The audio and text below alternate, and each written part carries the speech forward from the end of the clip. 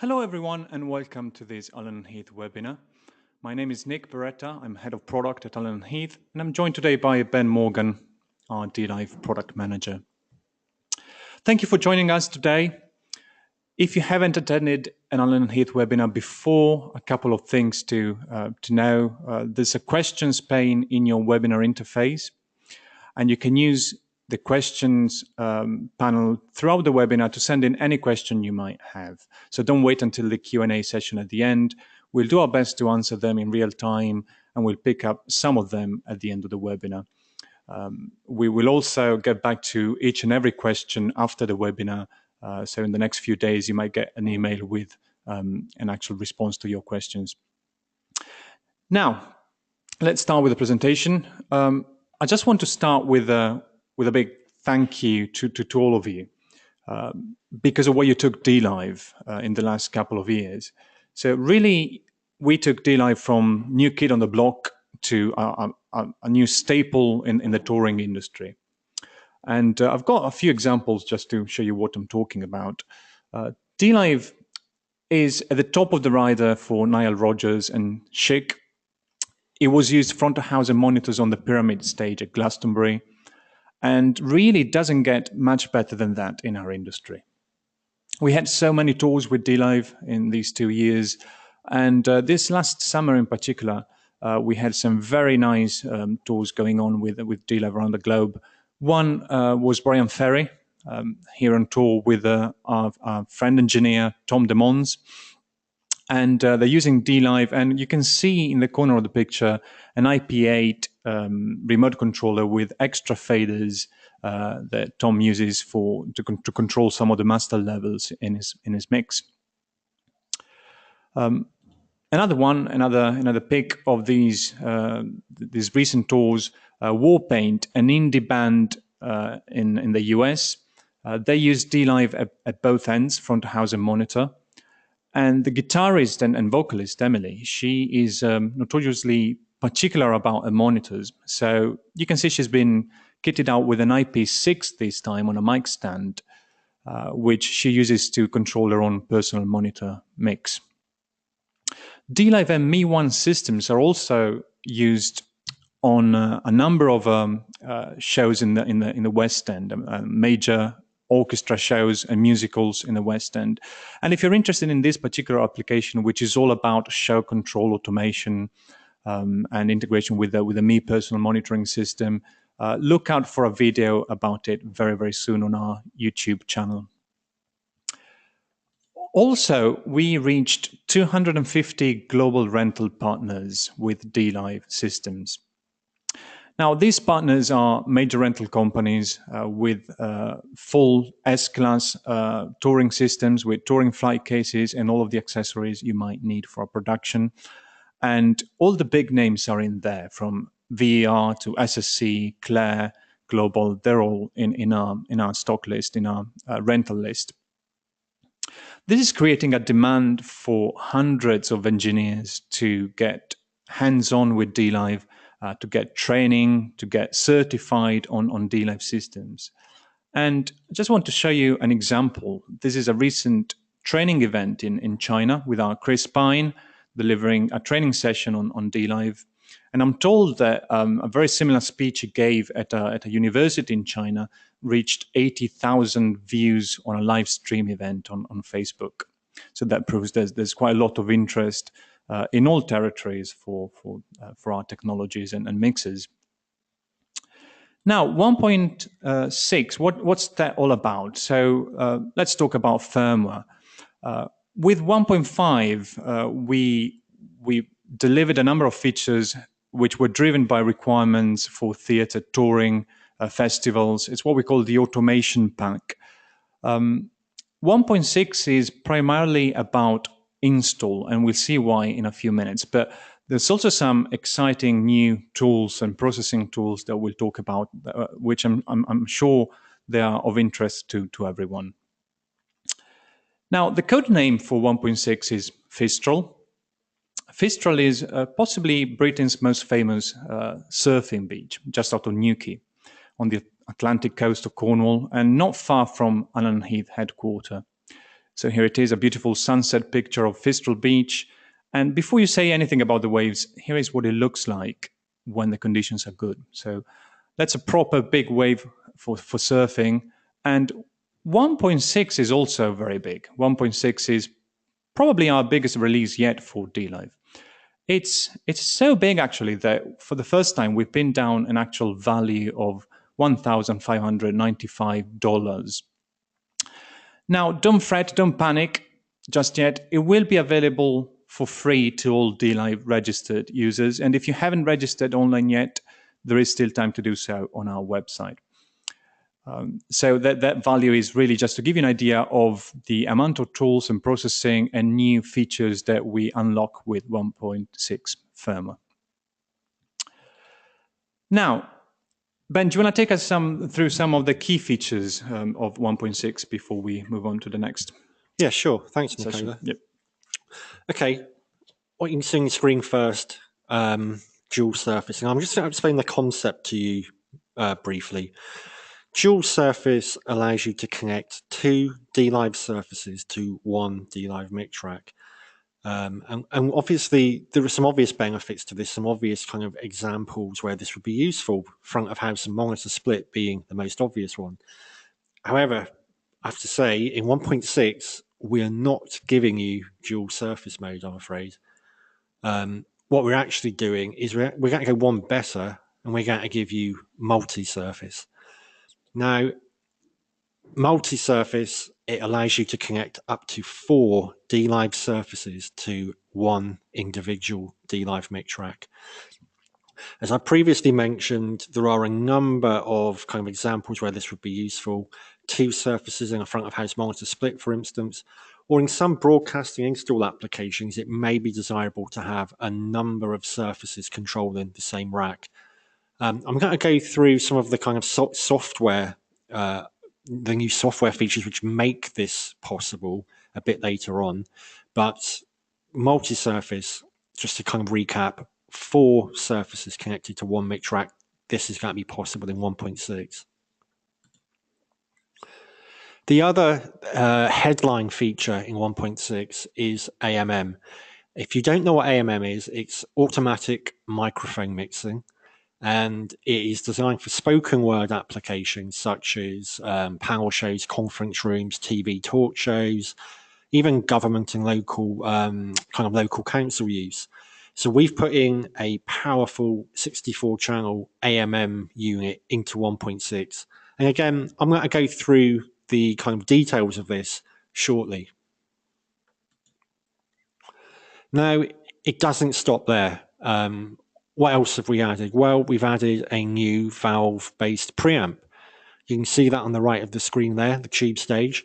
It's derived from our existing dual-stage valve preamp, but it has a simplified and more efficient control set to allow you to dial in analog kind of valve warmth and overdrive quicker than you've ever been able to do before. To complement this, we've also added a new deep compressor. You can see this at the bottom of the screen, the Mighty compressor. And this is influenced by a pretty well-known 1980s VCA compressor, which was known for its lightning fast attack and very aggressive compression characteristics. It's not a subtle compressor. It's something you can most definitely hear when you kick this thing in. And as you can see on the screen, there's even more. Cascade mode for DX16.8. So if you're a DX16.8 owner, you can now daisy chain 2 of those units together in 1.6. We've added some new source and scene select controls for the IP1 and the other IP controllers. We've also allowed for the first time with DLive Director to have access over Internet or WAN. So you can connect your Director session to a remote DLive system over the internet, and this will be very useful for many of our kind of install customers. Noise off switch for echo effects. If you're familiar with our echo effects unit, you'll know that we painstakingly recreated the sound of an old vintage echo unit. We took the warts and all approach, where we kind of emulated not only the echo characteristics, but the kind of noise and the grumbling of the machine. Not everyone wants that, so we've now given you the option to turn that off if you still want the kind of analog, kind of warm delay sound, but without the kind of hardware grumbling and mumbling. You can now do that. We've added a copy and paste function to the recall filter. This was something that was being asked for a lot on the forums after we released 1.5 with its comprehensive suite of scene management tools. We've been asked for this several times. We've been listening, so we've now given you a copy and paste feature, which I'll talk you through shortly.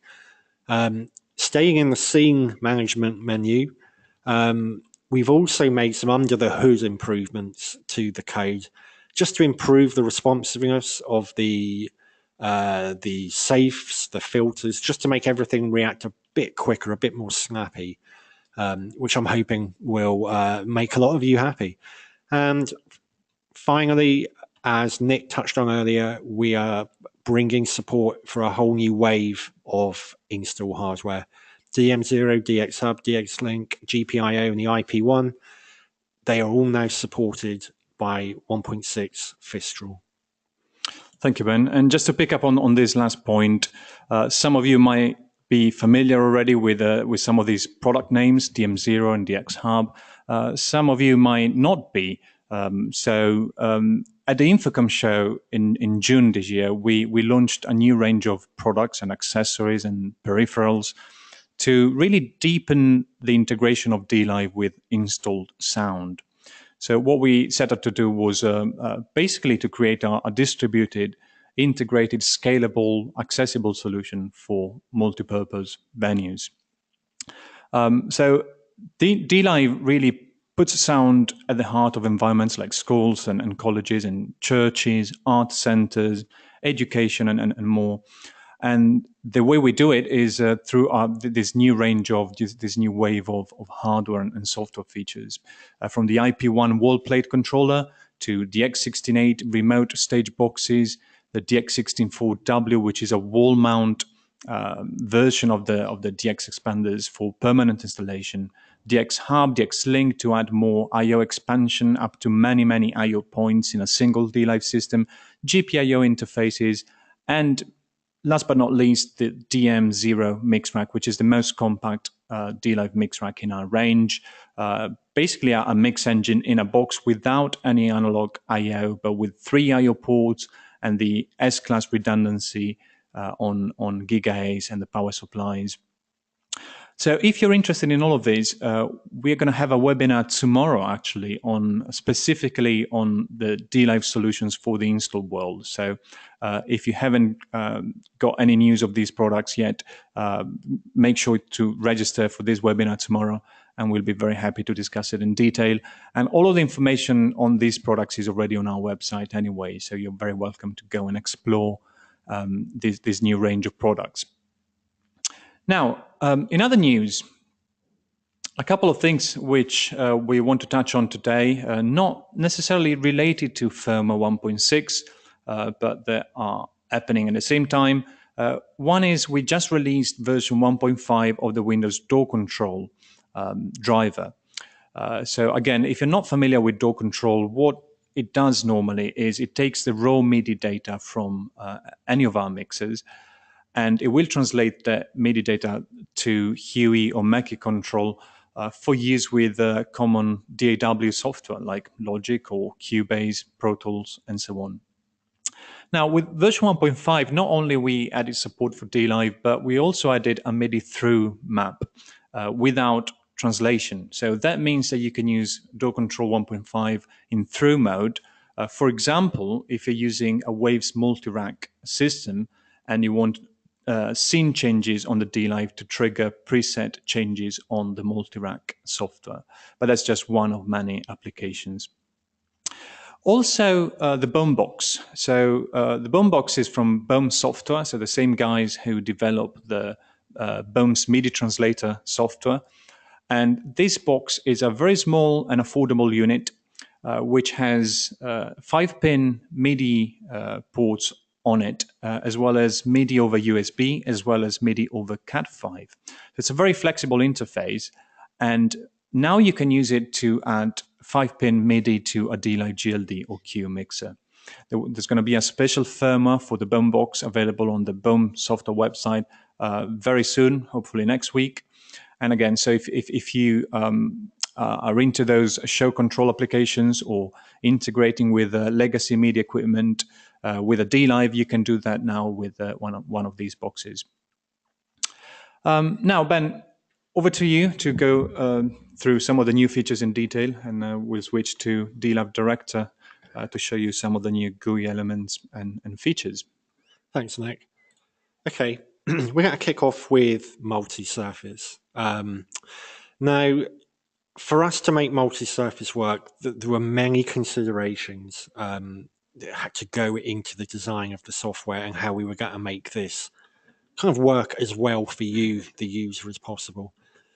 And the first step really is gain tracking. So let's have a look here on the preamp page. You can see here below the trim, the trim option here, we've got a new gain tracking button. Now, just to give you a quick overview of what this gain tracking does, let's say you have two surfaces connected to one rack. One of them is the front of house surface, the other one is being used for monitors. Now, during the performance, let's say it's a rock and roll band on the stage and the microphone next to the guitar cab gets knocked, it's gone off axis, you can't get anyone on stage to come readjust it, so you just need to tweak the gain a little bit. Now, obviously, if you've got multiple surfaces connected and you've got the signal being routed to different outputs, just changing the gain could result in undesirable increases in volume elsewhere. So what we've done is when gain tracking is enabled, you can make changes to the gain and it's automatically compensated here by the trim. And it's not just the trim here which is automatically compensating.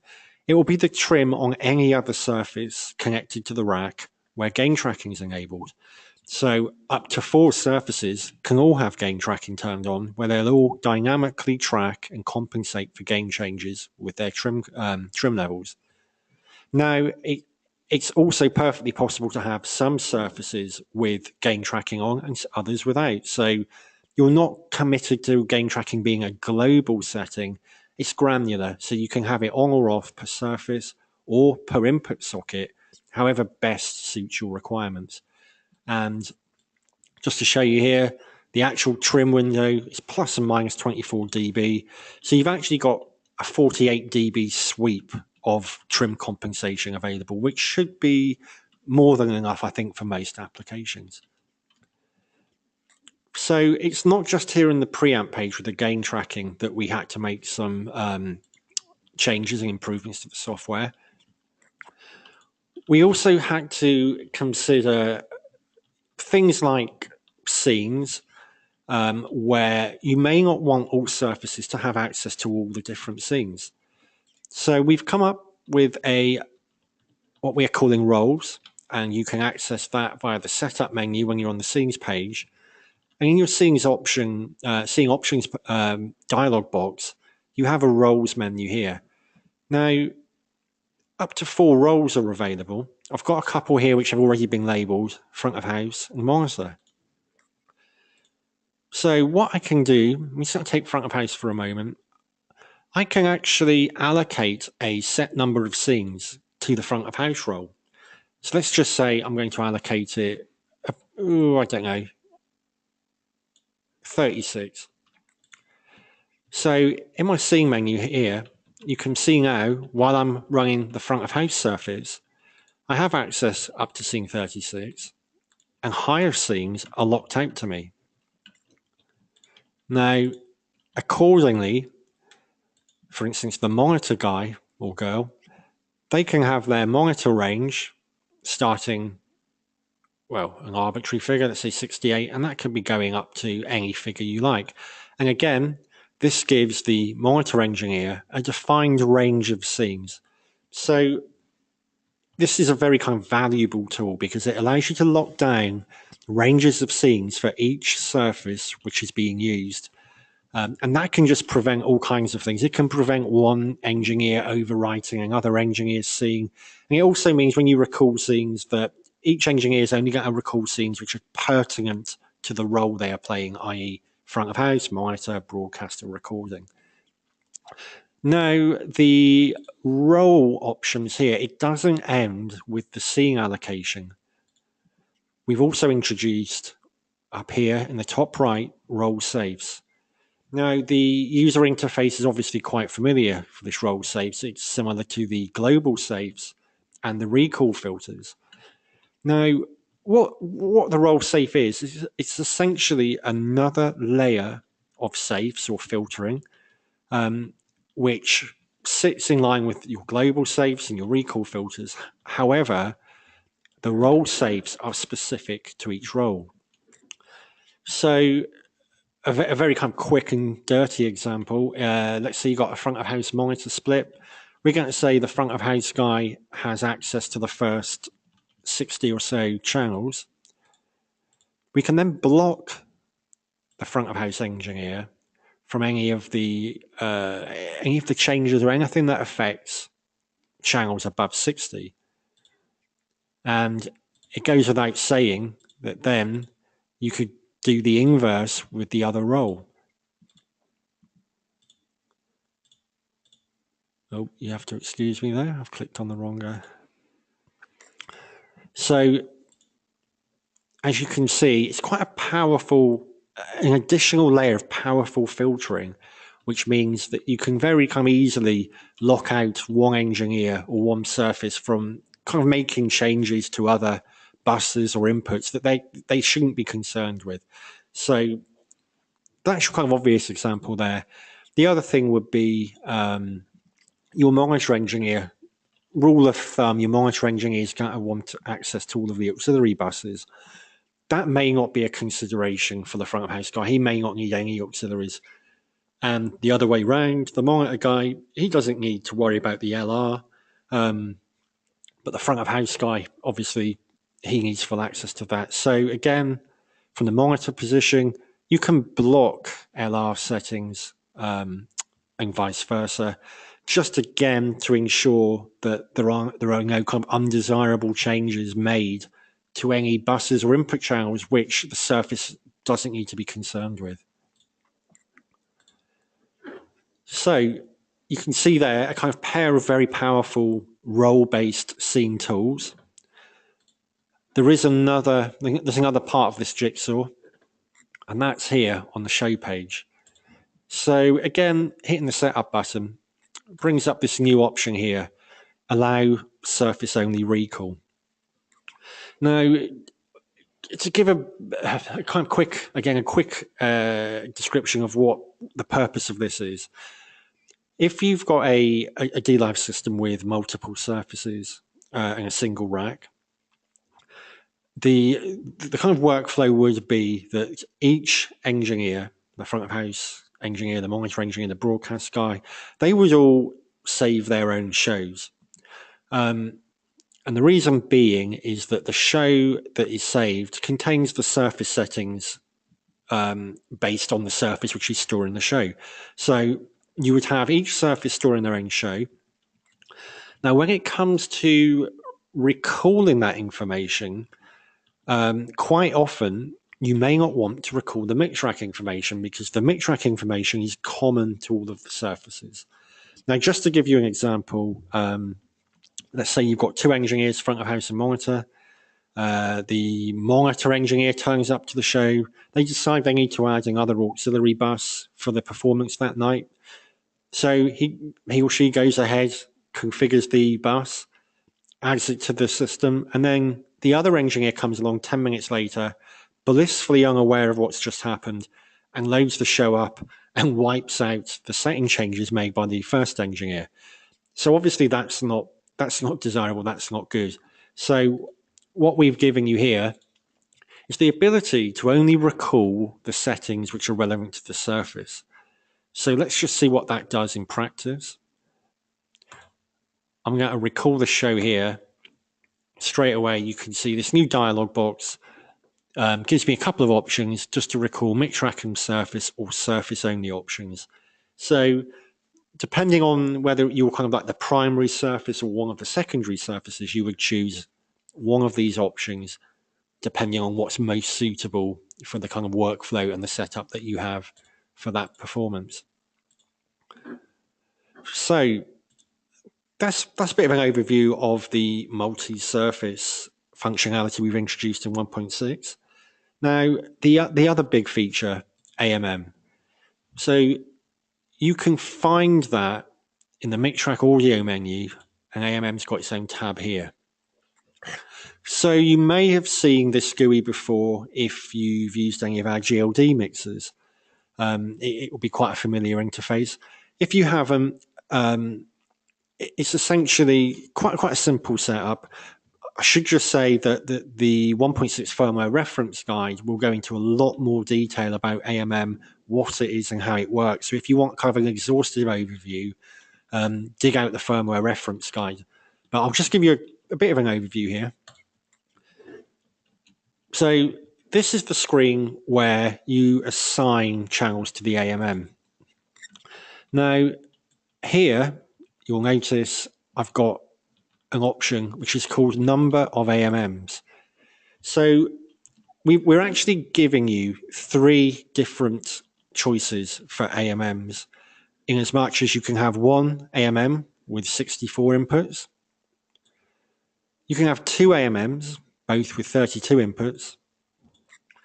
Or you can have 4 AMMs, each one with 16 inputs.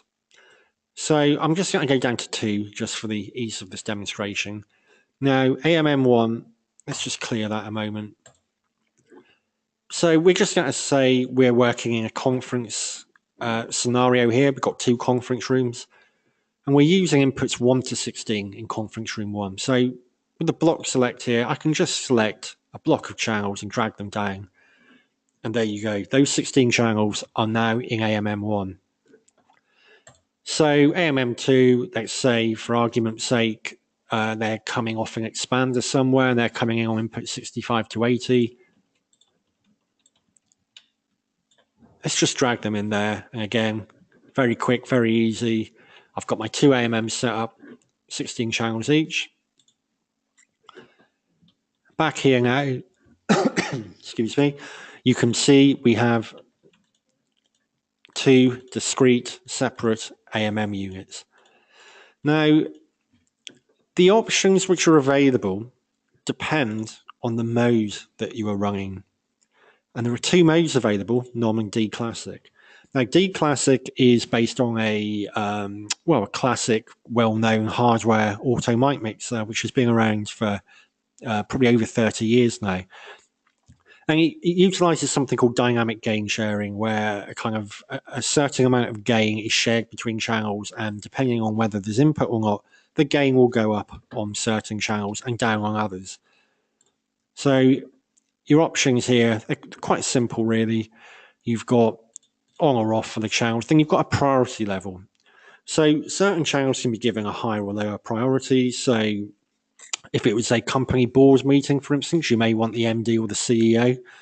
They're probably going to want their voice to be heard over everyone else. That's usually the case. So you can dial in a priority here in decibels, which will give a microphone or a number of microphones a priority over the others.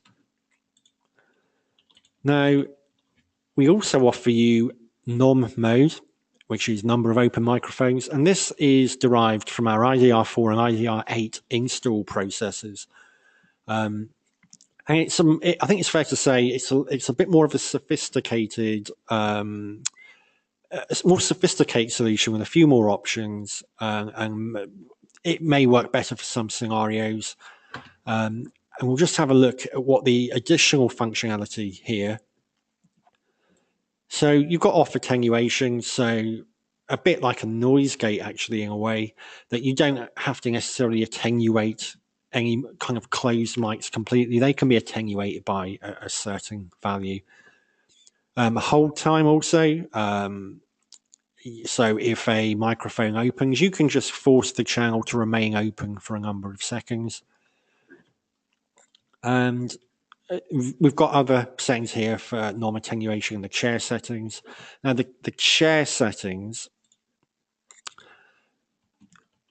going back to what I was talking about, in some scenarios, you'll have like a CEO or MD at a board meeting or a presenter on a panel show, and their voice needs to be heard over all the other voices. With our NOM algorithm, we allow you to select one or more chair people. And because we've got two AMMs working here, you can, of course, have different chair people in each AMM zone. Now, we've also got a best mic setting. And again, there's one of those for each AMM. Now, again, for more information on how that works in depth, refer to the firmware reference guide. But best mic is useful if all the microphones are being used are the same make, the same model, similar gain settings. So, i.e., they're all kind of performing to a very, very kind of equal level. The best mic just ensures that the strongest microphone signal is used for any voice which is heard. And that helps with the legibility. It brings down, obviously, the other signals, and it also prevents comb filtering, phase distortion, and other things which can make the voice harder to understand. So quite a comprehensive set of features here. And this is something we really envisage being, very, very useful for guys looking to put this into conference rooms, TV studios, government and local council buildings where you have kind of large meetings with a number of people all talking over each other. Any environment where there are multiple microphones and the material is spoken word, the AMM is definitely something you should check out. So, back to the channel view here. So, you may recall I mentioned something earlier, and that was the tube stage preamp. So, you can see here it comes up in the same kind of GUI element that the dual stage valve preamp comes up.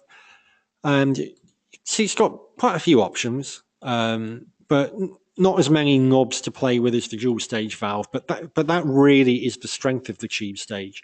It's simplified, and it's just kind of there to help you kind of dial in those kind of vintage valve sounds quicker than you've been able to before. So very, very kind of crudely speaking, this dial here, it selects a number of different valve topologies. But as a rule of thumb, as you move clockwise around the dial, the kind of amount of distortion or the amount of warmth which goes into drive, which goes into distortion, that is kind of increased at each setting. So at your top setting here, your pentode setting, that's kind of great for dialing in just a bit of warmth, which, a lot of guys out there are using on, DI'd bass guitars or DI'd acoustic guitars, just to kind of fatten it up a little bit. At the other end of the dial, when we're down into the high drive settings, then we're really getting into some kind of, quite gnarly, nasty kind of overdrive sounds. And then, in the middle, we've got all the colors in between. And on some of these settings, the drive control actually doubles up as a bias control. So just by moving the drive control here, you're actually getting an interaction between the drive setting and the bias setting. So that's something you couldn't do on the dual stage valve very, very easily or quickly. On this, you can just grab this drive control, move it around, and it automatically moves the drive and bias settings around, which again, it should allow you to dial in the warmth or the drive settings that you're trying to achieve. You should be able to do that much quicker than you've ever been able to before. So let's move along the top here. Let's go to the compressor. And now, here in the list, we have the Mighty compressor. So this is, as I kind of inferred earlier, this is based on a very popular, well-known studio compressor from I believe it's from the early 1980s. Now, this isn't a transparent compressor. This isn't the kind of compressor that you'd use to master something, or just to give a little bit of glue, as they say. This is really about getting a sound which smacks you right in the face. The attack is lightning quick on it, really, really quick. There's a peak and average detector switch here. Now that gives you two slightly different flavors, obviously based on whether it's a peak or average stroke RMS sensor. So it kind of grabs, depending on what setting you're in, it kind of grabs the audio in a slightly different way. Both settings are aggressive, so it's not a kind of subtle or non-subtle switch. It's really not subtle in any configuration. It really is an aggressive sounding unit. Now, you've just got some very basic controls. You don't really need much more than this, to be honest. You've got the threshold, which you're all used to with compressors and the release and the output.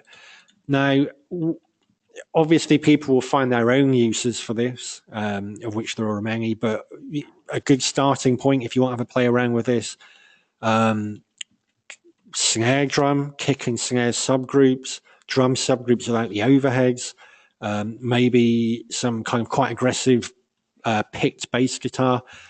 All those kind of somewhat percussive sounds, they can benefit, depending on application, from the kind of really aggressive compression that the Mighty gives you.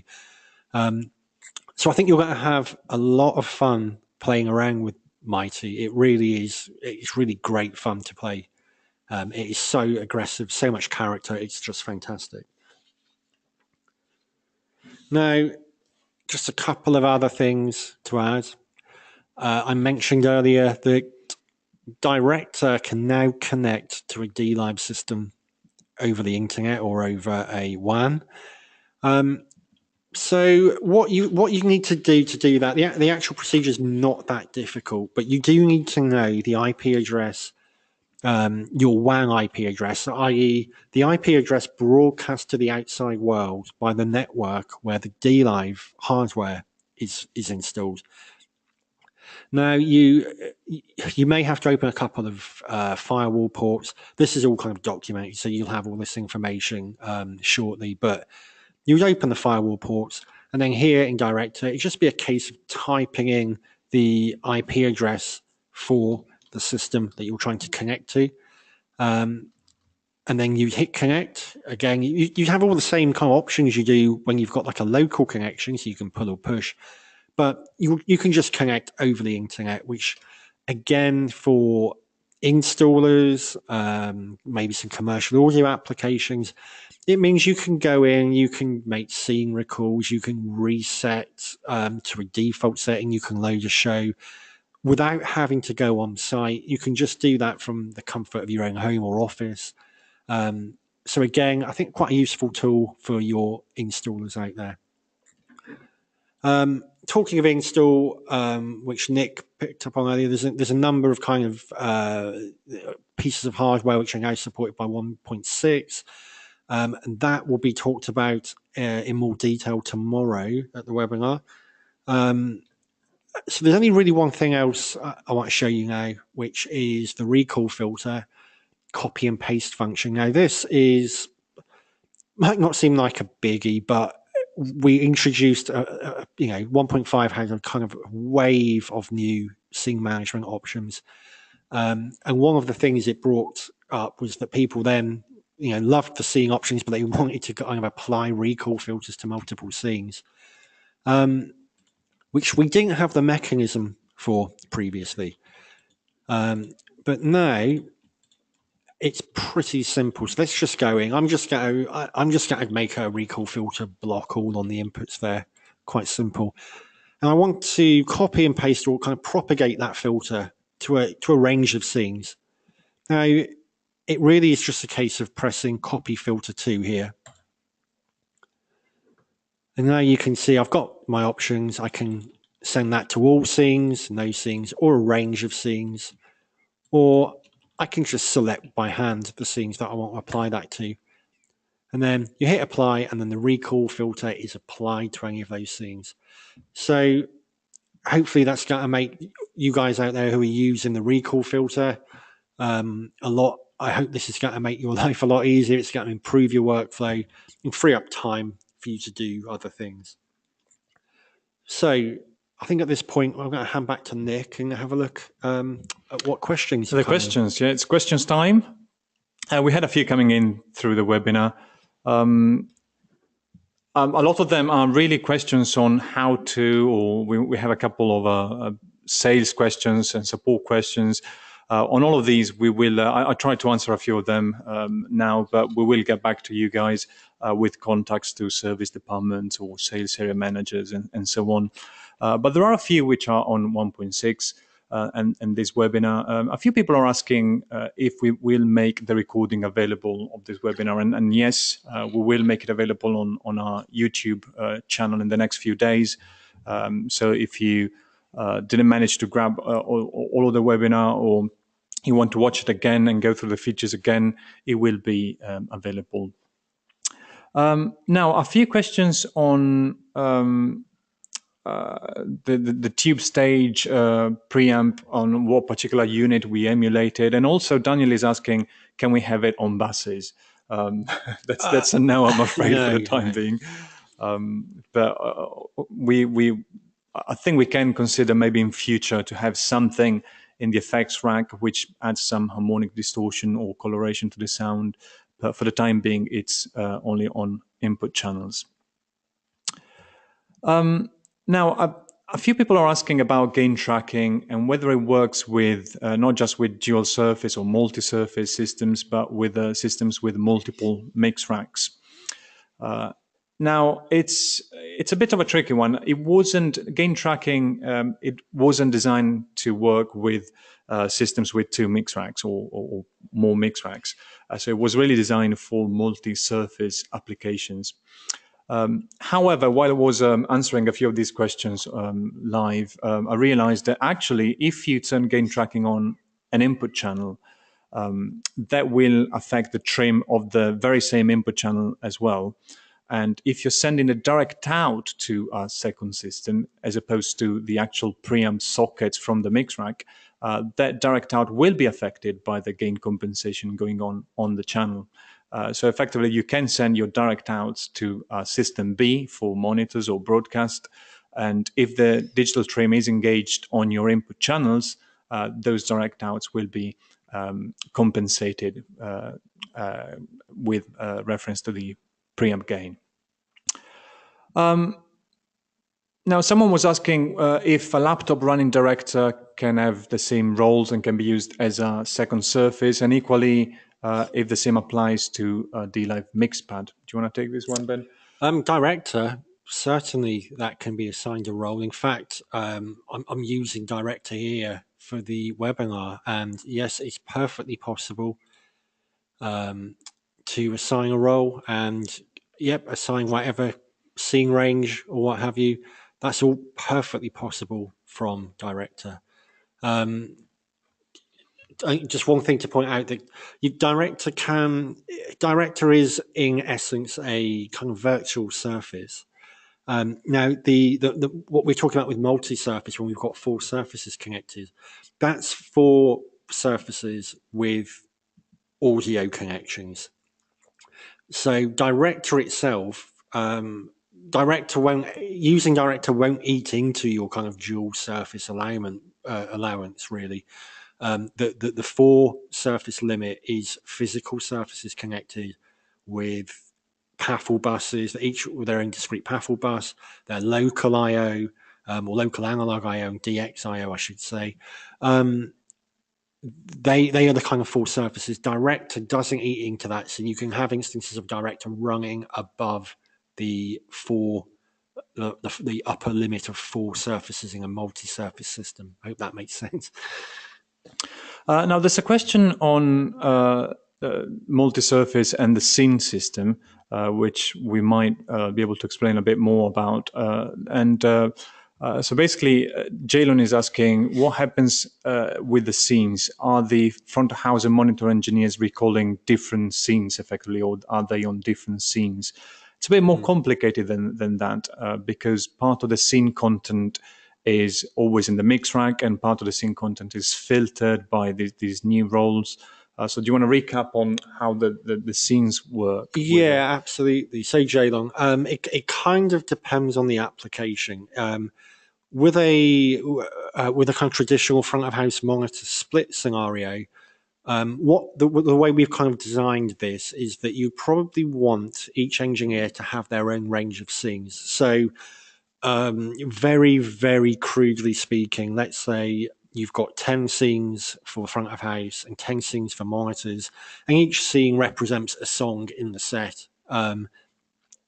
So it may be then that on song one, the front of house engineer recalls scene one, and the monitor engineer recalls scene 11.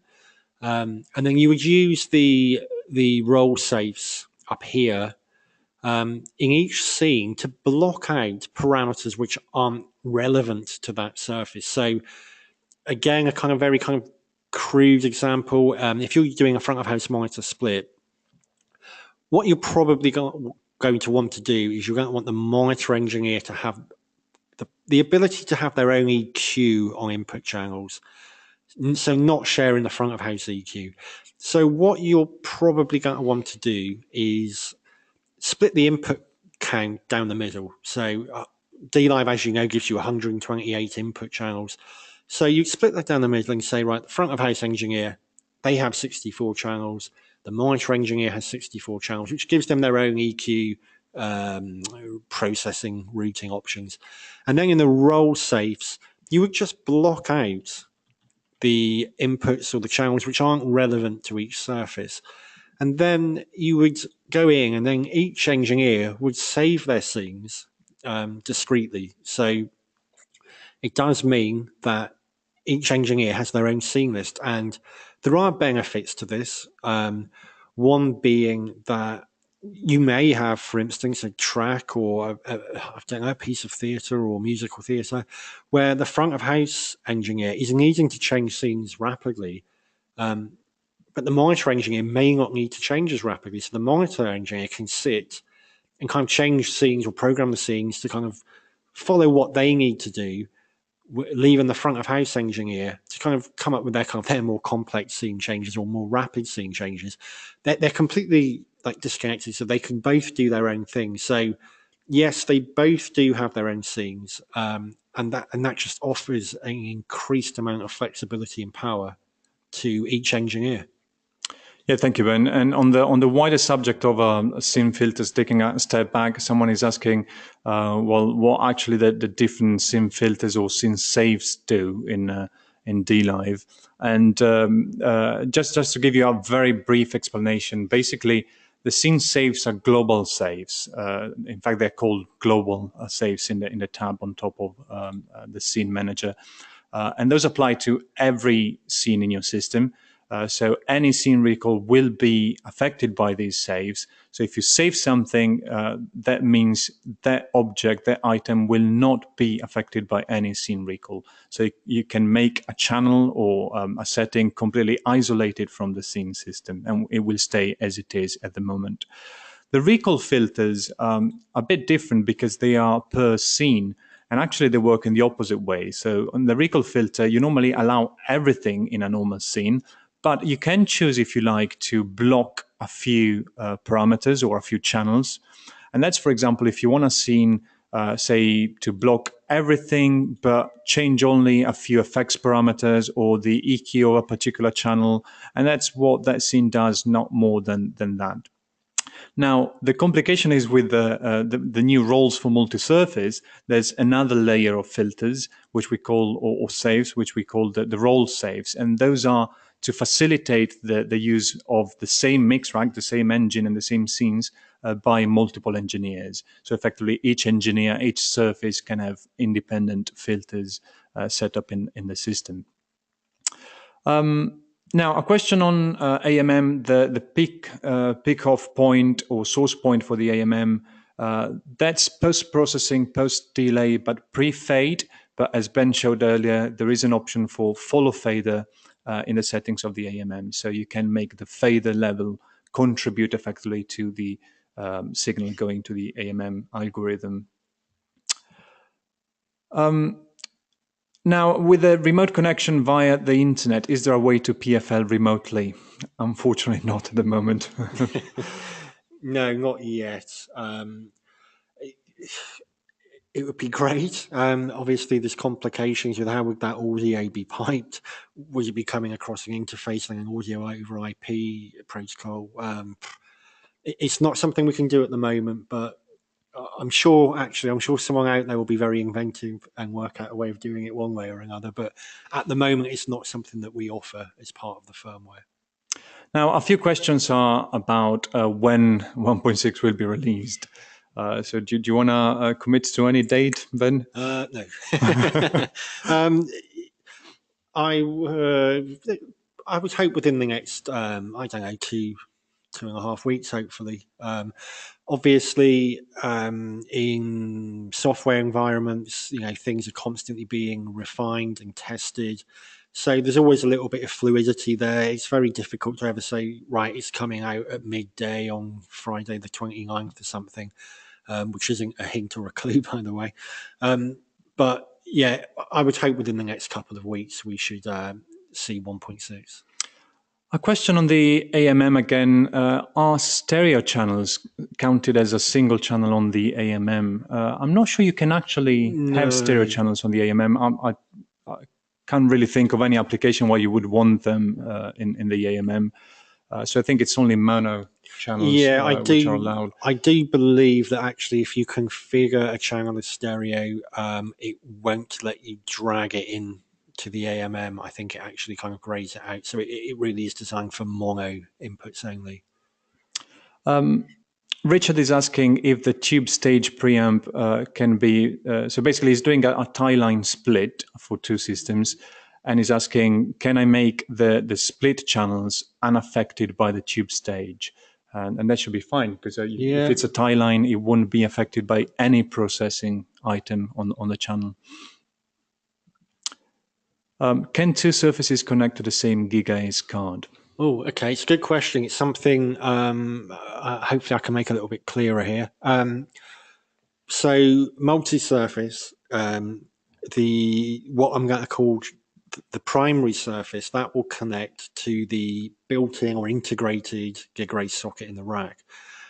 Any additional surfaces that you want to connect will be connected to a GigaAce module, and 1.6, you would only be able to connect one surface to each GigaAce module. So you would need a GigaAce module per surface that you want to connect. Now, this obviously throws up something. S-Class racks have more I/O module slots than C-Class racks. So, yeah, kind of out the box, the S-Class rack, you can get your full surfaces running straight off with just 3 GigaAce modules, whereas the C-Class, you've only got the one I/O module slot. So you're only going to get 2 surfaces connected to the rack in that instance.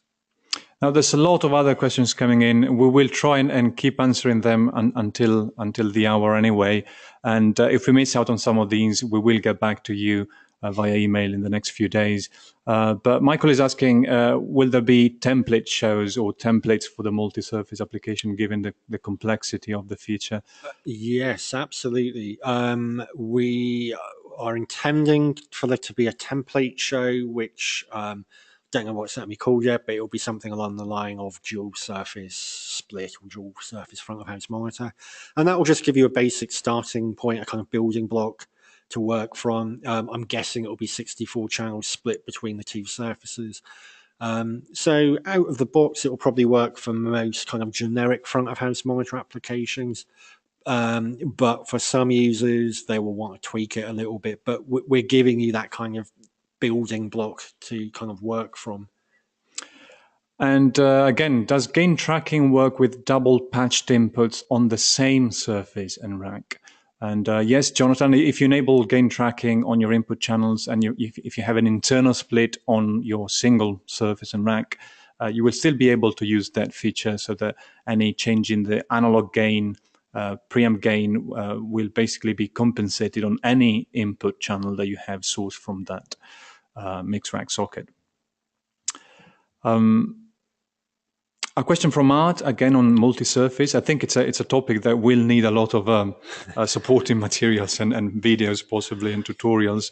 Art is asking, will each surface be able to access the local I/O on the of the other surface? So can you actually source from the remote surface? Okay, just to kind of firstly go back a step, in terms of surface I/O in a multi-surface setup, the primary surface, i.e. the surface connected to the integrated GigaRAID socket, the DLive system has full access to all of the analog I/O on the surface. The I/O of any DX expander connected to that surface, and also any of the I/O modules, be it Dante, Waves, MADI, any of those in the primary surface, all of those I/O are accessible by the system. With additional surfaces, so surfaces 2, 3, and 4, they still have access to the local analog I/O on the surface and the I/O of any connected DX expanders connected to the surface. What the system doesn't have access to is the any I/O modules installed in the surface. So, and the reason for that being the GigaRACE link via a GigaRACE card is 128 channels bidirectional.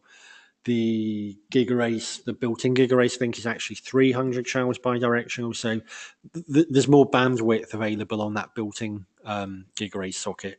So, but to answer your question, all of the surfaces, all of their analog I/O and all of their DX inputs and outputs, they're all accessible into the DLive system and can be accessed from anywhere. The surface I/O modules will only be accessible from the primary surface, and they will only be the modules fitted into the primary surface itself.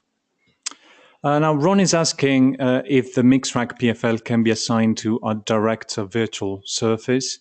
And yes, that basically Director works exactly like any other surface. So you can set up your preferred PAFL bus or PFL bus in Director.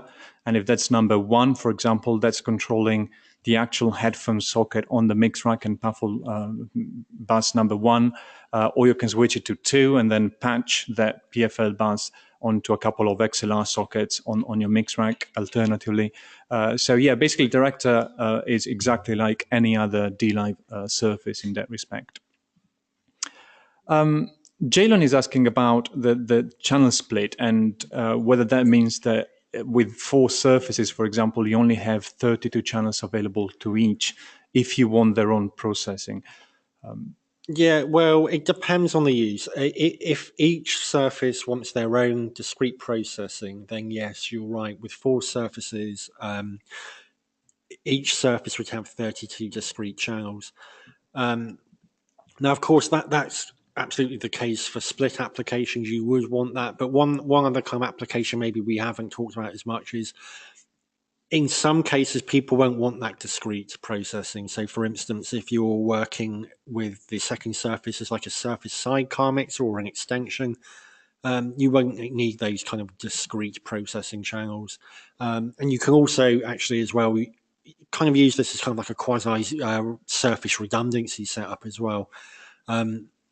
So depending on your application, you may or may not need to kind of ration your input channels. But if you do need 4 surfaces, each with their own discrete processing channels, then yes, Jalon, that would give you 32 channels per surface. Now, staying on the topic of multi-surfaces, Matt is asking about the scene system again. So are the 500 scenes split on 4 surfaces? Again, very similar to what Ben was saying. It's all customizable. It's all flexible.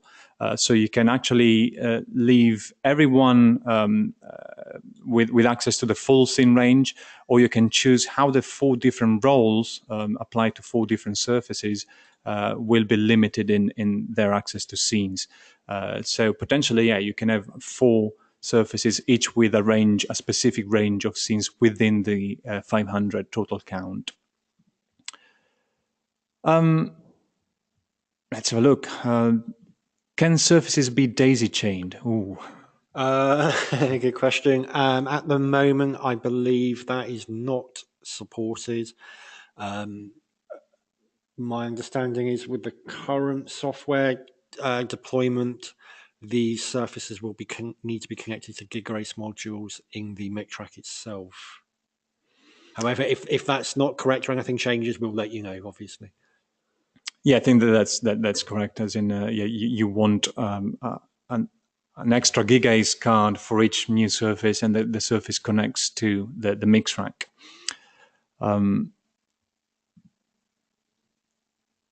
Someone is asking an application question on AMM, in particular whether it would be useful for speaking parts of a play or drama. That's an interesting question.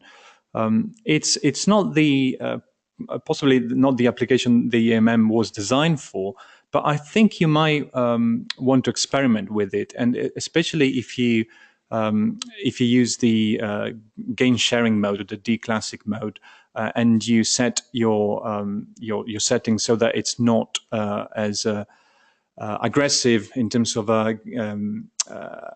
attenuation on the individual channels, it might be very, very useful for the application you're talking about, Nika. Ben, can you mix and match S-class and C-class surfaces in a multi-surface setup? Yeah, absolutely. The S-class and C-class hardware, it's not just for dual surface, multi-surface, but for any application, it's all completely kind of interchangeable. You don't have to worry about any compatibility issues. A question on Mixpad used with multi-surface setups, and Adam is asking, how do you choose which surface you can connect it to? And actually, Mixpad always connects to the MixRack. Yeah. So basically, it doesn't make any difference how many surfaces you have in your system. Mixpad will only connect to the MixRack. That's regardless of where it's physically patched into the network. You can choose any network socket on the system. But the actual data connection is always with the MixRack. I mean, just to add to that as well, Azam, if, for instance, if you kind of what you're saying is you only want that Mixpad to kind of affect the channels that the front of house surface is controlling, you would, of course, be able to kind of customize like a layer and just have the relevant channels visible. So, as Nick says, the Mixpad application connects to the rack and so therefore has access to everything, but you can limit what's being controlled and to an extent mirror any of the surfaces. Now, getting back to the question on AMM, Daniel is answering that question, and is saying, so one of our distributors and users is reporting back that AMM works actually very well in theater applications. So you're very welcome to try and have a play with it. What happens if multiple users are trying to save or update different scenes at the same time? Now they're thinking of every possible scenario, aren't they? But I believe you get a busy message on the screen. Is that yeah, the case? I don't think anything untoward would happen. It may be that, again, I haven't kind of tested this thoroughly myself, but I would envisage that maybe the scene store would take a little bit longer than normal, but I can't imagine that it would have any kind of untoward effects. There would probably just be a priority depending on who instigates an action first. Well, I think we answered enough questions. There are a few more coming in. As I said, we will get back to each and every of you. We ran past the hour, so I'd just like to say thank you for joining us. I hope that was interesting and that you are as excited as we are about the new features in 1.6. So thanks again, and see you next time.